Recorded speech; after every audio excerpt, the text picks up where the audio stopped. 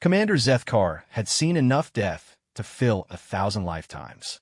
His carapace bore the scars of campaigns across 17 different star systems, and his 4 eyes had witnessed the fall of entire civilizations.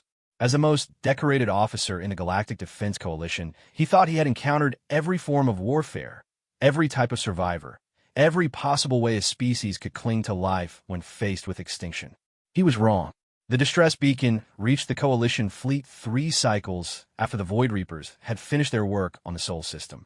Standard protocol dictated a sweep for survivors, though Zethkar knew better than to hope. The Reapers didn't leave survivors.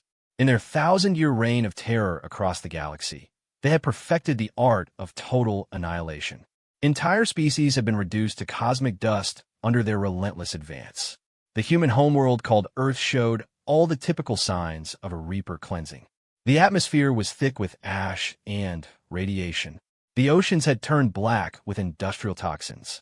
Cities that once housed millions now stood as twisted metal graveyards. Their skyscrapers melted into grotesque sculptures of defeat. Orbital scans detected no signs of organized civilization, no power signatures, no communication networks. Another dead world, muttered Subcommander Yalara, her blue-scaled hands dancing across the sensor array. The humans lasted 18 hours according to our timeline analysis. That's actually above average for a newly contacted species. Zethkar nodded grimly. 18 hours was indeed impressive for a species that had only recently achieved faster-than-light communication. Most worlds fell within 6 hours of first Reaper contact. The humans had managed to send out a general distress call to the galaxy before their communications infrastructure was destroyed, which was more than many managed. "Sir," came a voice from the navigation station, "we're detecting some unusual readings from the planet's surface. There are heat signatures in what appears to be underground networks. Probably just geological activity from the bombardment. Run a full spectrum analysis anyway," Zethkar ordered. His years of experience had taught him to investigate every anomaly, no matter how unlikely it seemed to indicate life.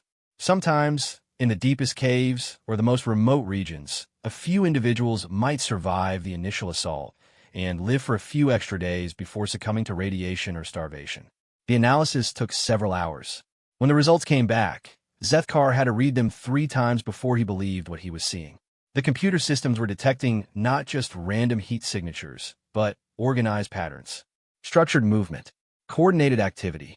"That's impossible," whispered Yalara, her voice barely audible above the ship's ambient hum. The radiation levels alone should have killed anything larger than a microbe within hours of the bombardment. But the evidence was undeniable. Beneath the surface of the devastated planet, in a vast network of tunnels and caverns, thousands of heat signatures were moving with purpose and organization. More impossibly still, the electromagnetic readings suggested they were using technology, crude by galactic standards but functional nonetheless. "Launch a reconnaissance probe," Zethkar commanded. "I want to know what we're looking at down there." The probe descended through the poisonous atmosphere, its sensors recording everything. As it penetrated deeper underground through what appeared to be a deliberately constructed shaft, the readings became even more bizarre. The tunnel systems weren't natural formations or hastily dug shelters. They were engineered structures, built with mathematical precision and reinforced with metallurgy that, while primitive, showed remarkable ingenuity. The probe's cameras began transmitting images that defied everything Zethkar knew about post-Reaper worlds. Humans were alive down there. Not just a handful of survivors desperately clinging to life, but organized groups working together with mechanical efficiency.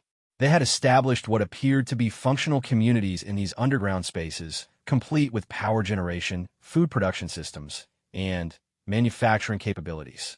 "How is this possible?" Yalara asked, her voice filled with awe and confusion. "The Reapers don't make mistakes.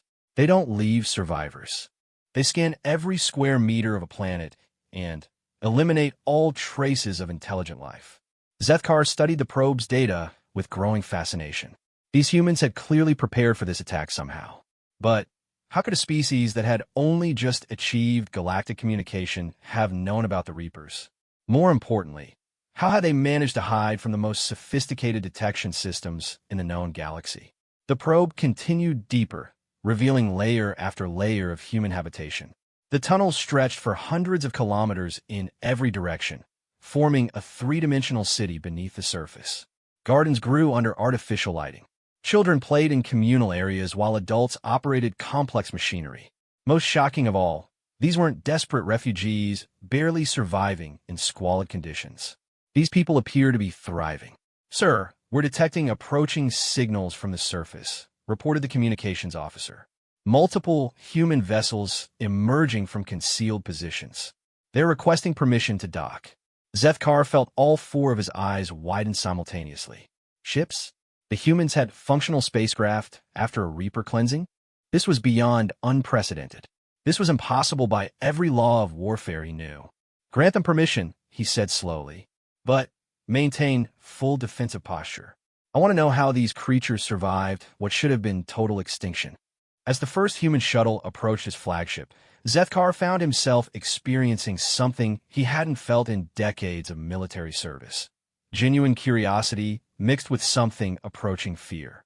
Not fear of the humans themselves, but fear of having his understanding of the universe completely overturned. The shuttle docked with mechanical precision that spoke of extensive training and preparation. When the airlock cycled open, 3 humans emerged wearing environmental suits that looked cobbled together from salvage materials, but functioned perfectly nonetheless. They moved with confident purpose, showing no signs of the trauma and desperation Zethkar expected from survivors of a Reaper attack. The lead human removed his helmet, revealing a weathered face with steel-gray eyes that held no trace of defeat. "Commander Zethkar, I presume? I'm Colonel Marcus Chun, representing the United Earth Resistance. We need to talk." The casual confidence in the human's voice sent a chill through Zethkar's exoskeleton. This wasn't how survivors were supposed to behave. This wasn't how any of this was supposed to work. "Colonel Chun," Zethkar managed, his translator struggling with the alien emotion in his voice. "How are you alive? The Reapers swept your world clean. No one survives a Reaper cleansing." Colonel Chun smiled, an expression that Zethkar was beginning to realize might be far more dangerous than he had initially understood. "Commander, I think you're going to find that humans have a different definition of cleanse than the rest of the galaxy." As the implications of that statement began to sink in, Zethkar felt the first stirrings of a terrible realization. Perhaps the Reapers hadn't completed their work on Earth.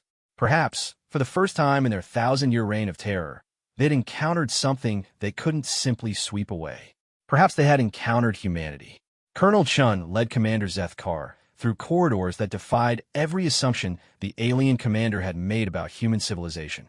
The walls were lined with what appeared to be recycled metal plating, but the construction was solid and purposeful. Emergency lighting cast everything in a dim red glow. Yet the humans moved through these spaces with the familiarity of people who had called this place home for far longer than the few days since the Reaper attack. "Tell me, Commander," Chin said as they walked, his voice echoing slightly in the narrow passageway, "what do your intelligence reports say about human history?" Zethkar consulted his datapad, grateful for something concrete to focus on. "Your species achieved industrial civilization approximately 300 years ago. You developed nuclear weapons within 2 centuries, achieved space flight shortly after, and made contact with galactic civilization only recently. Standard technological progression for a carbon-based species." Chun stopped walking and turned to face the alien commander. His expression was unreadable, but something in his eyes suggested amusement. "That's all true, Commander. But there's something your intelligence reports probably didn't mention. We humans have spent most of our recorded history trying to kill each other." The statement hung in the air between them like a physical presence. Zethkar felt his mandibles click involuntarily, a sign of deep confusion among his species. "I don't understand the relevance," Zethkar admitted. "You will," Chin replied, resuming their walk. "We've had over 5,000 years of recorded warfare, Commander. Every conceivable type of conflict. We've fought over territory, resources, ideology, religion, race, and sometimes just because we were bored. We've developed weapons specifically designed to kill other humans in the most efficient ways possible. They passed through a series of blast doors that sealed behind them with military precision." Zethkar noted the design was reminiscent of warship bulkheads, built to contain explosive decompression or chemical attacks. We've studied siege warfare, guerrilla tactics, urban combat, and asymmetric warfare. Chun continued, his tone conversational, but carrying an undercurrent of something that made Zethkar's combat instincts prickle with unease. We've learned how to fight when outnumbered, outgunned, and completely surrounded.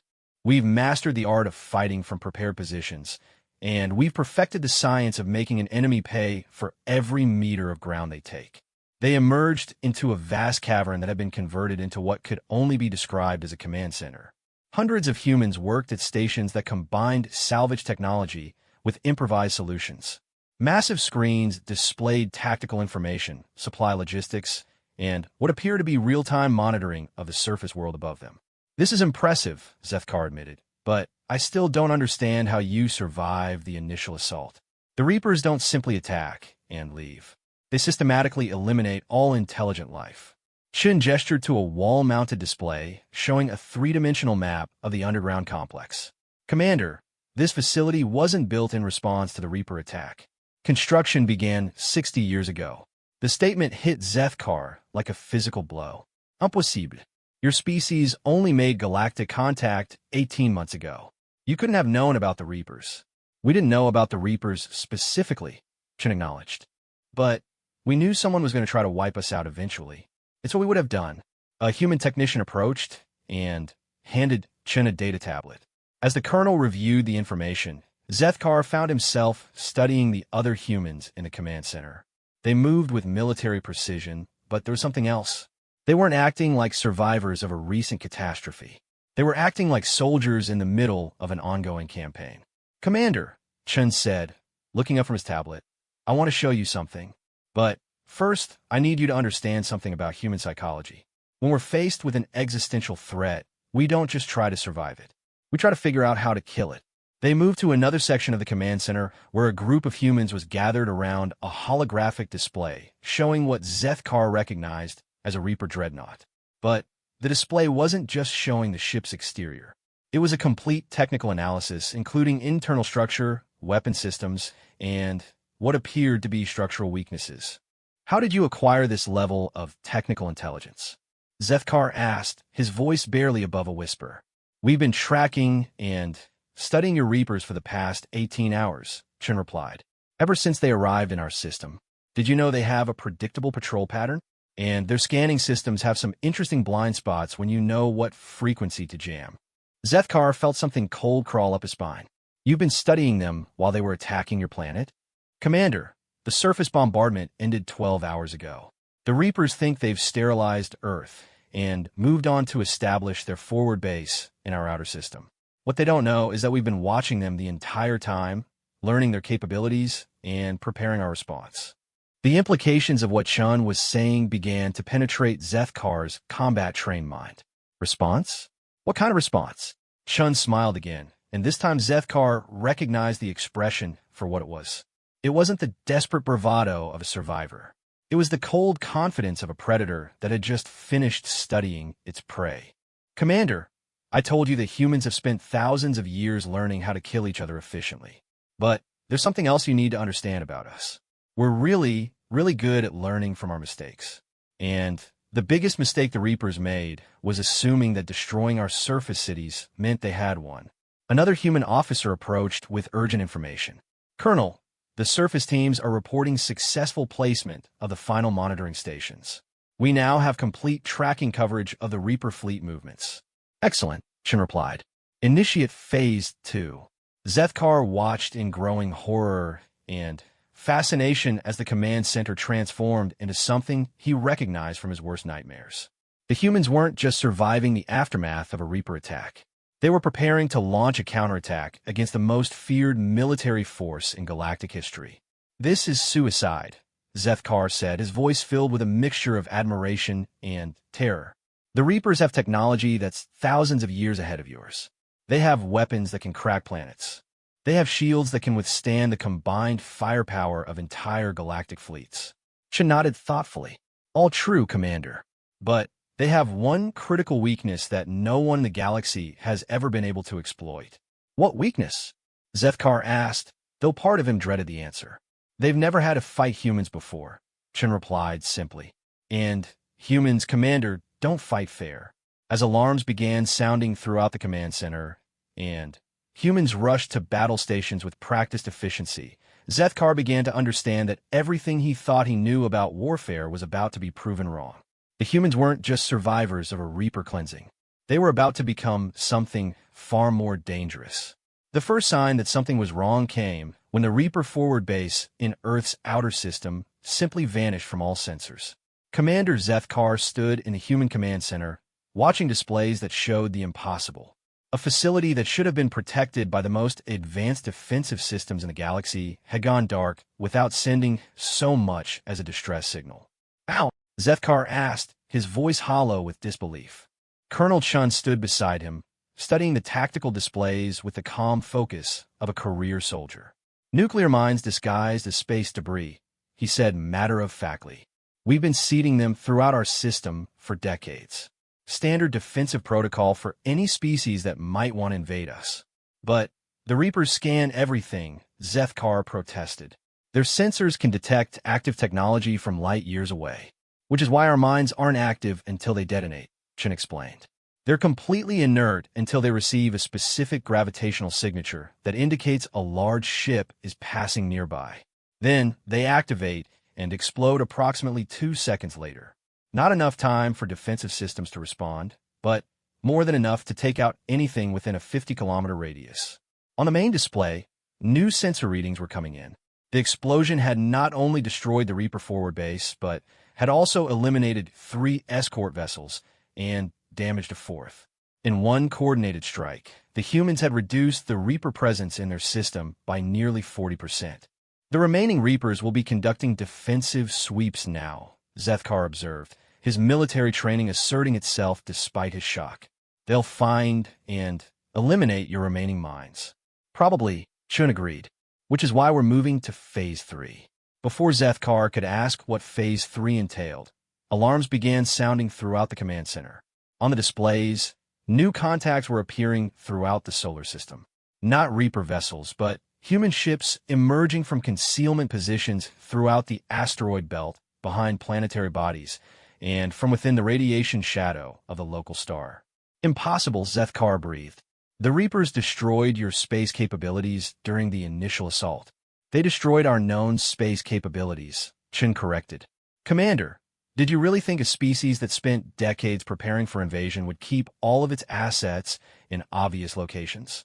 The tactical display showed over 200 human vessels converging on the remaining Reaper forces. They were small by galactic standards, barely larger than fighter craft, but they moved with coordinated precision that spoke of extensive training and preparation. "Those ships can't possibly have enough firepower to threaten Reaper vessels," Zethkar said, even as he watched the engagement unfold. "You're absolutely right," Chen replied, "which is why they're not trying to destroy them with conventional weapons." On screen, the human ships began their attack runs. Instead of energy weapons or kinetic projectiles, they deployed what appeared to be simple metallic cylinders that attached themselves to the hulls of the Reaper ships. "Boarding pods? Zitkargist." "Something like that," Chen said with that dangerous smile, returning to his face. The first Reaper ship began showing signs of internal systems failure. Its weapons powered down, its shields flickered and died, and its engines went offline. Within minutes, the kilometer-long dreadnought was drifting powerless in space. "What did your people do to them?" Zitkar demanded. "Computer viruses," Chen explained as a second Reaper ship succumbed to the same mysterious failure. "We've spent the last 18 hours studying their technology and developing targeted software attacks. Each of those pods contains specialized infiltration protocols designed to completely compromise Reaper computer systems." Zethkar felt his understanding of galactic warfare crumble a little more. But Reaper systems are quantum encrypted with millions of years of security development. They're supposed to be completely immune to outside interference. "They are immune to conventional interference," Chen acknowledged. "But humans don't think conventionally. We approach problems from directions that most species would never consider." A new display activated, showing the internal layout of one of the compromised Reaper ships. Human soldiers were moving through the corridors, not fighting desperately for survival, but methodically securing critical systems with the efficiency of a well-rehearsed operation. "You're capturing them," Zethkar realized. You're actually capturing Reaper vessels. We're appropriating their technology for our own use, Chun corrected. Commander, humanity has survived this long by being adaptable. When someone attacks us with superior technology, we don't just try to survive. We steal their technology and use it against them. The final Reaper ship in the system attempted to escape, its engines flaring to maximum power as it tried to reach jump distance. But the human vessels had anticipated this move. They swarmed the fleeing dreadnought, and within minutes, it too was drifting powerless. Complete system pacification achieved, reported one of the human technicians. All Reaper vessels secured. Boarding teams are establishing control of capture technology. Chun nodded with satisfaction. Excellent. Begin Phase 4. Phase 4, Zethkar asked weakly. Now we steal their ships and use them to hunt down the rest of their fleet, Chun explained. The Reapers made a critical error, Commander. They assumed that destroying our surface cities meant they had won. But they left us with functional infrastructure, organized resistance cells, and, most importantly, they gave us access to their own technology. On the displays, human engineers were already at work aboard the captured Reaper vessels. They moved through the alien corridors with confidence, their equipment allowing them to interface with technology that was millions of years more advanced than their own. How are your people able to understand their systems so quickly? Zethkar asked. We've been preparing for this for 60 years, Chun replied. Every piece of galactic technology we could acquire through trade or diplomacy was studied and reverse engineered. We built our entire defensive strategy around the assumption that we would eventually face an enemy with superior technology and superior numbers. But you couldn't have known the specific details of Reaper technology, Zethkar protested. No, but we knew the principles Chun said. Energy distribution, computational architecture, propulsion systems, life support. Technology may vary in sophistication, but the basic engineering requirements remain consistent across species. Once you understand how something is supposed to work, you can figure out how to make it stop working, or how to make it work for you instead. As Zethkar watched, the first captured Reaper dreadnought began moving under human control. Its weapon systems came online, now targeting frequencies specifically designed to penetrate Reaper shields. Its sensors began broadcasting human identification codes while scanning for additional Reaper forces throughout the local galactic region. Commander, Chun said, turning to face Zethkar directly, I want you to send a message to your Galactic Defense Coalition. Tell them that humanity appreciates their concern, but we don't need rescue. Tell them that the Reaper threat in this system has been neutralized. The Reapers will send reinforcements, Zethkar warned. When these ships don't report back, they'll send an entire battle fleet. Chen's smile widened. I'm counting on it, Commander. We've captured 3 fully functional Reaper dreadnoughts and learned enough about their technology to level the playing field. When their reinforcements arrive, they're going to discover that humans are very quick learners. As alarms sounded again and the command center prepared for the next phase of operations, Zethkar began to understand something that would haunt him for the rest of his life. The humans hadn't just survived a Reaper cleansing. They had turned it into an opportunity to acquire the technology they needed to become something the galaxy had never seen before. They had become hunters of the hunters. The Reaper reinforcement fleet arrived exactly 72 hours later, just as Colonel Chun had predicted. Commander Zethkar watched from the bridge of the human flagship, a vessel that had been a Reaper dreadnought until the humans had completely rebuilt its interior to accommodate their needs. 15 capital ships, reported the human sensor technician, her voice calm and professional. Standard Reaper battle formation. They're conducting preliminary scans of the system. Chun stood at the central command station, wearing a uniform that combined human military styling with armor plates salvaged from Reaper technology. Around him, his crew operated consoles that seamlessly blended human intuitive design with alien computational power. What will they find? Zethkar asked, though he was beginning to suspect he already knew the answer. Exactly what they expect to find, Chun replied. A sterilized world with no signs of intelligent life. Their own forward base operating normally, and their original fleet conducting standard patrol operations. On the main display, Zethkar could see the deception in action. The captured Reaper vessels were broadcasting false identification signals while maintaining the patrol patterns the original fleet would have followed. From a distance, everything appeared normal. How long will that deception hold?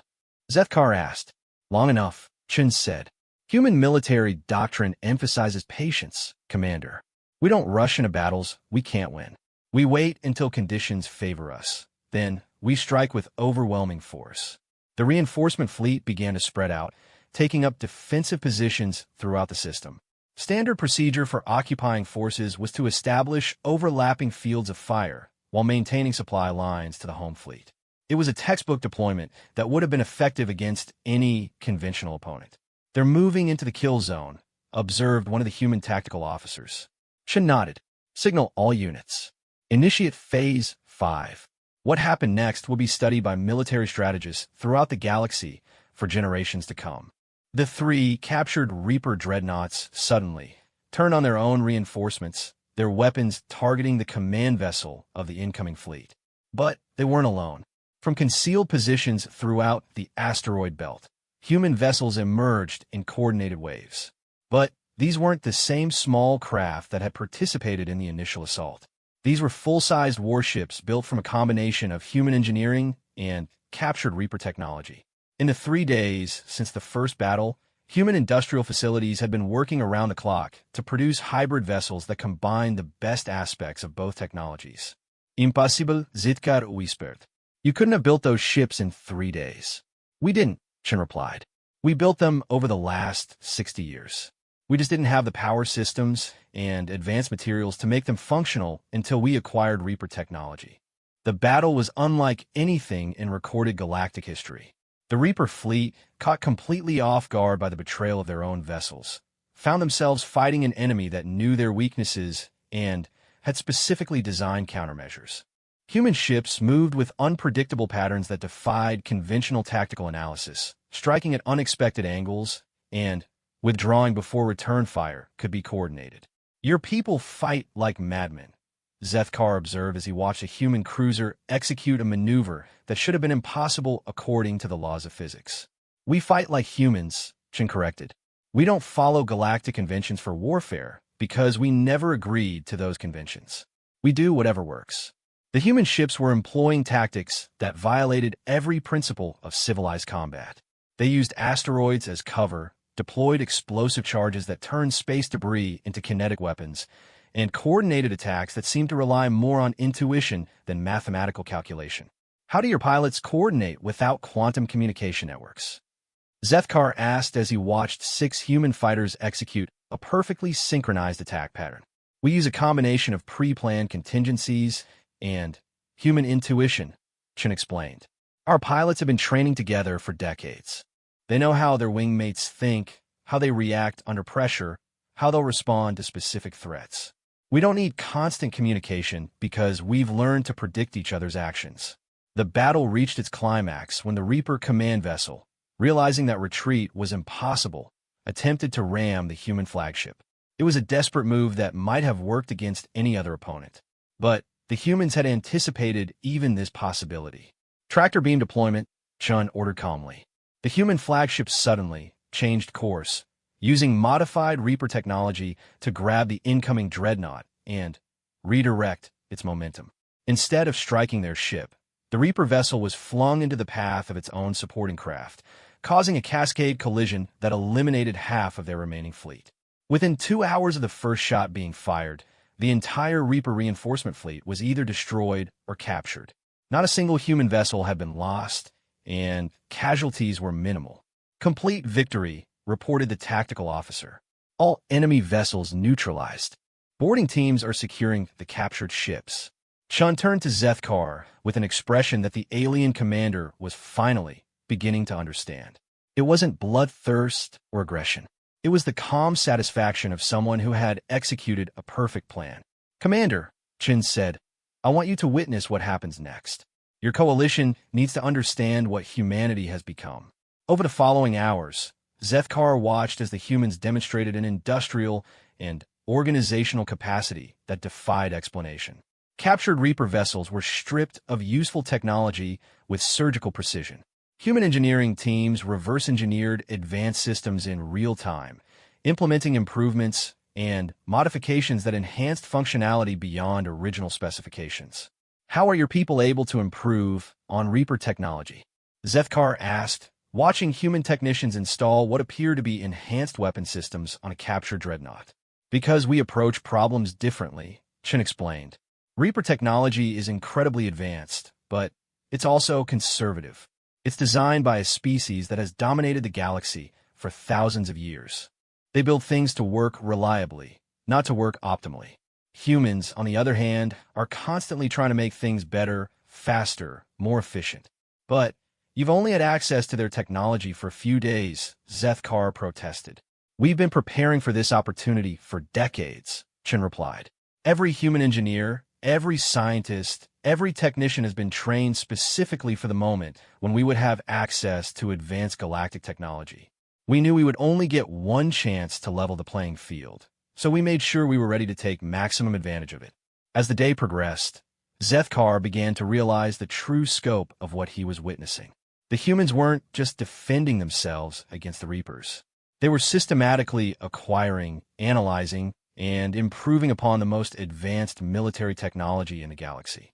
And they were doing it with a speed and efficiency that suggested this had been their plan all along. Colonel, Zethkar said finally, what are your people's intentions now? You have the technology to defend yourselves. Will you be satisfied with that? Chen looked at him with that dangerous smile that Zethkar had learned to fear. Commander, the Reapers have spent 1,000 years terrorizing the galaxy. They've destroyed countless civilizations and enslaved entire species. Did you really think that humanity would be satisfied with just defending ourselves? The implications of that statement settled over Zethkar like a cold fog. The humans weren't planning to merely survive the Reaper threat. They were planning to eliminate it entirely. And based on what he had witnessed over the last few days, they actually had a chance to succeed. 6 months after the first Reaper attack on Earth, Commander Zethkar found himself aboard the flagship of the largest military fleet ever assembled in galactic history. But it wasn't a coalition fleet, and it wasn't commanded by any of the established galactic powers. It was a human fleet. The bridge of the UES Defiance was a monument to human adaptability and engineering genius. Reaper technology had been seamlessly integrated with human innovations to create something that was simultaneously familiar and completely alien. The crew moved with the practiced efficiency of veterans, despite the fact that most of them had been civilians less than a year ago. Final fleet positions confirmed, reported Admiral Chun, who had been promoted from colonel after the success of the Sol System defense. All task forces are in position for the assault on the Reaper homeworld. Zethkar studied the tactical displays with growing amazement. The human fleet consisted of over 800 vessels, ranging from retrofitted Reaper dreadnoughts to entirely new ship designs that incorporated the best aspects of human and alien technology.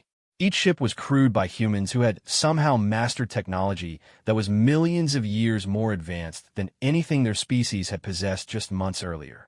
Admiral, Zethkar said carefully, the Reaper homeworld is defended by the most powerful military installation in galactic history.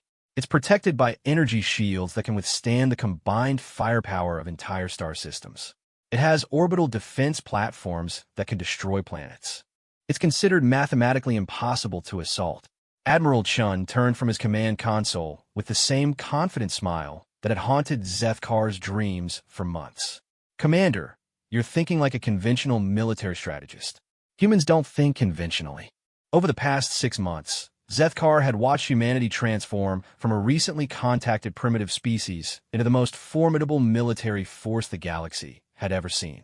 They had systematically hunted down and destroyed every Reaper fleet they could find, capturing technology and learning capabilities at a rate that defied scientific explanation. How?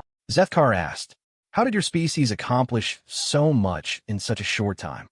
Because we had to, Chen replied simply. Commander, you have to understand something about human psychology. When we're faced with an existential threat, we don't just adapt to survive. We adapt to ensure that the threat can never threaten us again.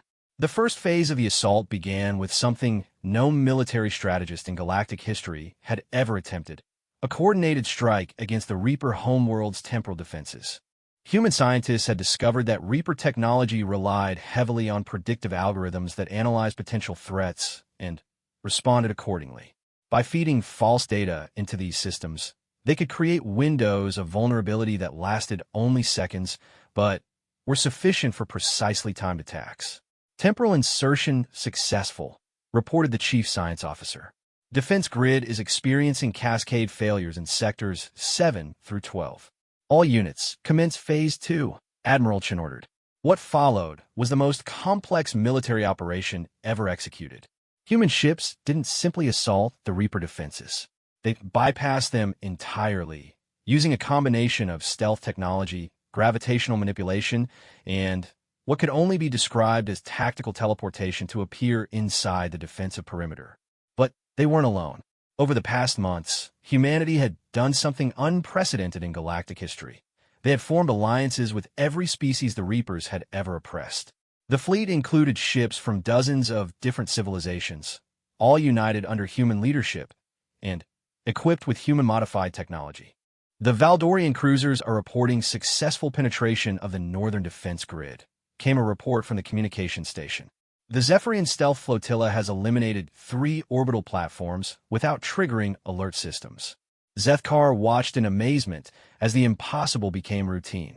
The humans had somehow convinced bitter enemies to work together, had integrated incompatible technologies from dozens of different species, and had created a unified command structure that functioned despite having no common language, culture, or military tradition.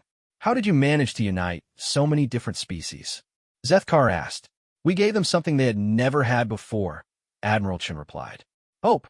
For the first time in 1,000 years, someone was actually fighting back against the Reapers and winning. Once word spread that humanity had successfully defended Earth and captured Reaper technology, every oppressed species in the galaxy wanted to join us. The assault on the Reaper homeworld proceeded with mechanical precision. Human forces had learned to anticipate Reaper responses and had developed countermeasures for every defensive system. They fought like surgeons, striking precisely at critical points while avoiding unnecessary casualties. Planetary defense grid is down, reported the tactical officer. All orbital platforms neutralized. The homeworld is defenseless. But Admiral Chun didn't order the final bombardment. Instead, he activated a general communications channel that reached every Reaper installation on the planet below.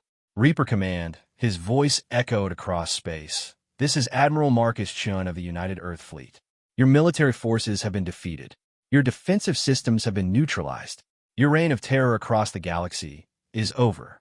The response came quickly, transmitted on frequencies that carried the weight of ancient authority. Humans, you have achieved a temporary tactical victory through crude cunning and numerical superiority.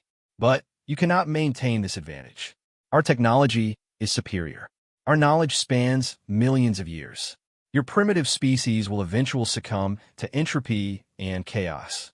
Admiral Chen's laugh was heard throughout the fleet. Reaper Command, you still don't understand what you're dealing with. We're not trying to defeat you through superior technology or numerical advantage. We're defeating you through superior adaptation. Explain. You've spent 1,000 years perfecting the art of conquest, Admiral Chen continued. But you've never learned how to evolve. You use the same tactics, the same strategies, the same technology that worked for you millennia ago. Humans, on the other hand, learn from every encounter. We adapt. We improvise. We overcome. The final phase of the operation wasn't a bombardment or an invasion. It was something unprecedented in galactic military history, a complete technological integration. Human engineers, working alongside specialists from dozens of different species, began the process of permanently disabling Reaper military capabilities while preserving their knowledge and infrastructure for peaceful purposes. We're not here to destroy you, Admiral Chen announced. We're here to ensure that you can never again threaten peaceful civilizations. Your knowledge will be preserved, your culture will be studied, but your capacity for warfare will be permanently eliminated. Over the following days, Zethkar witnessed the systematic transformation of the most feared civilization in galactic history. Reaper weapons were deactivated and converted to industrial tools. Their warships were repurposed as exploration vessels. Their military infrastructure was rebuilt to support scientific research and cultural exchange. "This is remarkable," Zethkar observed as he watched human technicians working alongside former Reaper engineers to design new technologies for peaceful exploration. "You've accomplished something that seemed impossible. You've actually civilized them."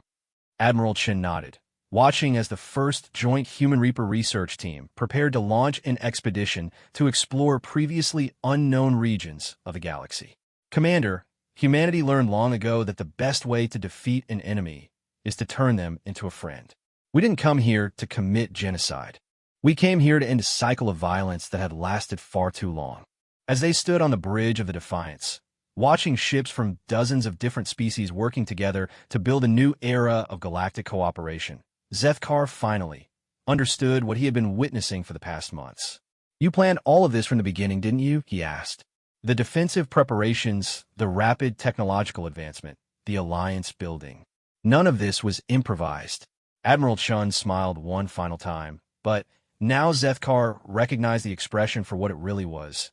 Not the smile of a predator, but the smile of someone who had successfully prevented a war while ensuring that future generations would never have to face the same threat. "Commander," Admiral Chen said, "humanity has been preparing for this moment since the day we first looked up at the stars and wondered what was out there. We knew that eventually we would encounter something that wanted to destroy us. So we prepared not just to survive, but to ensure that when that moment came, we would be ready to protect not just ourselves, but everyone who needed protection." As the first integrated Galactic Council convened aboard a station built from combined human and Reaper technology, Zethkar realized that he had witnessed the birth of something unprecedented, a truly unified galactic civilization based on cooperation rather than conquest. And it had all started because humanity had refused to accept that extinction was inevitable.